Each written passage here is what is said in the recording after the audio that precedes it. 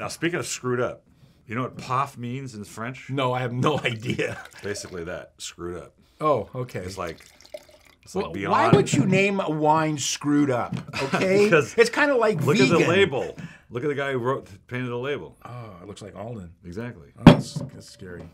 Very, very scary. And this is from the south. This is the Pays de Hero, and we were down there in Carcassonne, and we visited with this manufacturer of wines, and they just did a great job. This is Alicante Bouschet, which you hardly ever taste, Man, is that good. and it's just an interesting wine. Well, you know, Alicante Bouschet is a very unique grape. First of all, it's not a vinifera variety. Now, I don't want to go into a big complicated explanation, but almost every grape variety that you drink that's in a bottle of wine is called vinifera, which is the highest grade of grape you can get.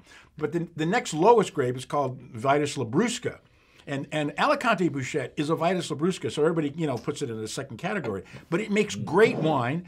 My very good friend Angela Papani, back in the 60s and 70s, was making incredible Alicante Bouschet in the Central Valley. This reminds me of something like Lambrusco. It reminds me of, but a little heavier duty. It's labrusca, not Lambrusca. It's nothing to, Charbono yeah. or something like that. It reminds me of one of these grapes. Exactly. It's very similar to Charbono. What's really interesting about this grape, and I think there's only 2 or 3 grapes in the world that have this situation with them, and that is the juice of every single red grape is white, except for Alicante Bouschet. Right. You cannot make a white wine out of this. I mean, you can make a white wine out of Cabernet Sauvignon or Syrah. You crush the grapes, you don't have any skin contact, boom, the juice is white. Here, it's a little rosé color. So when these have skin contact, you get that's something interesting that's pitch black. It's almost like you can taste that, right? Look at the color. I know, it's for really one. dark.